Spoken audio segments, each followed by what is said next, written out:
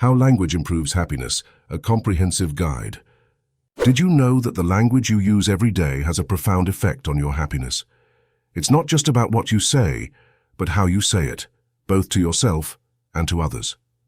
From the words we choose to the way we structure our thoughts, language has the power to shape our experiences, influence our emotions, and even change our brain. In this video, we're going to explore how language can improve your happiness, enhance your emotional intelligence, and boost your ability to reason, leading to a more fulfilled and joyful life. The science behind words and the brain. Let's start with the brain. Words don't simply describe our experiences, they actively shape how we interpret and react to them. Neuroscientists have found that the words we use can physically alter our brain structure. When you use language that conveys optimism, like hope, joy, and possibility, you activate the frontal lobes of the brain. This part of the brain is responsible for higher-order thinking, creativity, and problem-solving. On the flip side, negative language, words like hate, fear, failure, lights up the amygdala, the part of the brain responsible for our fight-or-flight response. When the amygdala is activated, stress hormones like cortisol flood your body, making it harder to think clearly and respond calmly. So, by simply shifting from negative to more neutral or constructive language, you can reduce stress and create a mental environment that's more conducive to happiness and calm. In fact, researchers at the University of California found that just seeing or hearing a negative word for a few seconds could trigger the release of stress hormones. But when we focus on constructive and forward-thinking language, our brain releases dopamine and serotonin, those feel-good chemicals that are directly linked to happiness, motivation, and a sense of well-being.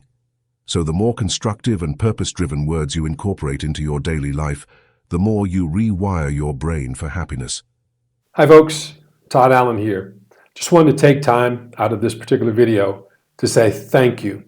Thank you to the subscriber base that we have, and it is growing. And for those of you who watch the video who may not have subscribed, I want to highly encourage you to subscribe and share this channel with others. We have over 50% of people who watch this video but have not subscribed. And I'm just asking you and encouraging you to please subscribe to this channel and to pass this along. How to Be Happy TV is an important part of helping people to enhance their well-being by not using pop psychology, but actually looking and delving deep into the scientific research that supports the content that we have. Again, thank you very much for your support, and we hope and we pray that you continue to support us and to share us with as many people as possible. Thank you. Language shapes your reality. Language doesn't just affect your brain on a chemical level, it also influences how you perceive the world around you. This concept is known as the Sapir-Whorf hypothesis, which suggests that the language you speak shapes your worldview. For example, cultures that have no future tense, like some indigenous languages, tend to view the future as an extension of the present. As a result, they often live more in the moment, enjoying greater mindfulness and emotional presence. This sense of being more present is closely tied to happiness. Similarly, languages that have a broader range of words for emotions allow their speakers to express a wider variety of feelings. Take, for example, the Inuits, who have over 50 words for different types of snow. This precision allows them to interact with their environment in a nuanced and effective way. The same is true for emotions. The more precise your emotional vocabulary, the better you can understand and navigate your inner world. Being able to name your emotions more accurately gives you more control over them, which leads to greater emotional regulation and ultimately greater happiness. Emotional intelligence and the role of language. This brings us to emotional intelligence, or EQ, which is essentially your ability to recognize, understand, and manage your emotions, as well as the emotions of others. Language plays a huge role in developing emotional intelligence. The more you can articulate your feelings, the more self-aware you become. This heightened self-awareness allows you to respond to situations in a way that aligns with your values, rather than reacting out of habit or impulse. Think about a time when you felt frustrated but didn't quite know why. It's easy to lash out or feel overwhelmed in the moment.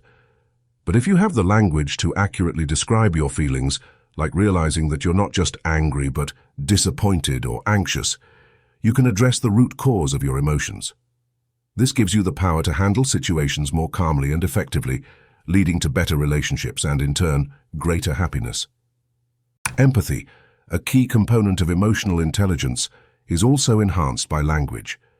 When you can express your feelings clearly, you invite others to share theirs as well, creating deeper, more meaningful connections. These social bonds are one of the most important factors in long-term happiness. In fact, Harvard's long-running study on adult development found that close relationships, more than money or fame, are what keep people happy throughout their lives. The power of self-talk. Language doesn't just shape how we interact with the world, it also influences how we interact with ourselves. Self-talk, or the internal dialogue you have throughout the day, is one of the most important ways language affects happiness. If your self-talk is mostly negative, telling yourself I'm not good enough or I'll never succeed, you're reinforcing feelings of inadequacy and self-doubt. But here's the good news. You can reframe your self-talk to be more constructive and encouraging, which changes the way you think and feel about yourself. Instead of saying, I'm terrible at this, try saying, I'm learning, and that's progress. This small shift may seem insignificant, but over time it creates a profound change in how you perceive challenges and setbacks. Studies have shown that people who practice constructive self-reflection experience lower levels of stress, greater resilience in the face of adversity, and higher levels of happiness. By changing how you speak to yourself, you can actually train your brain to focus on opportunities rather than obstacles, boosting your motivation and overall well-being. Language enhances reasoning and decision-making. Language also plays a vital role in your ability to reason and make decisions, two key factors that contribute to happiness. When you're able to articulate your thoughts clearly, you're better equipped to analyze situations, weigh your options, and make informed choices that align with your goals. Think about a time when you felt overwhelmed by a decision. If you weren't able to clearly express the pros and cons or fully articulate your feelings, the decision probably felt harder than it needed to be. By using precise language to break down the situation, whether in a conversation with someone else or just in your own mind, you can think more logically and make better decisions. Better decision-making leads to a sense of control over your life, which is directly linked to happiness. When you feel like you're making choices that align with your values and long-term goals, you experience a greater sense of fulfillment and purpose. Social language and connection. We can't talk about the power of language without mentioning its role in social connection. How we communicate with others, especially through kind, empathetic language, helps build stronger relationships. And relationships are crucial for happiness.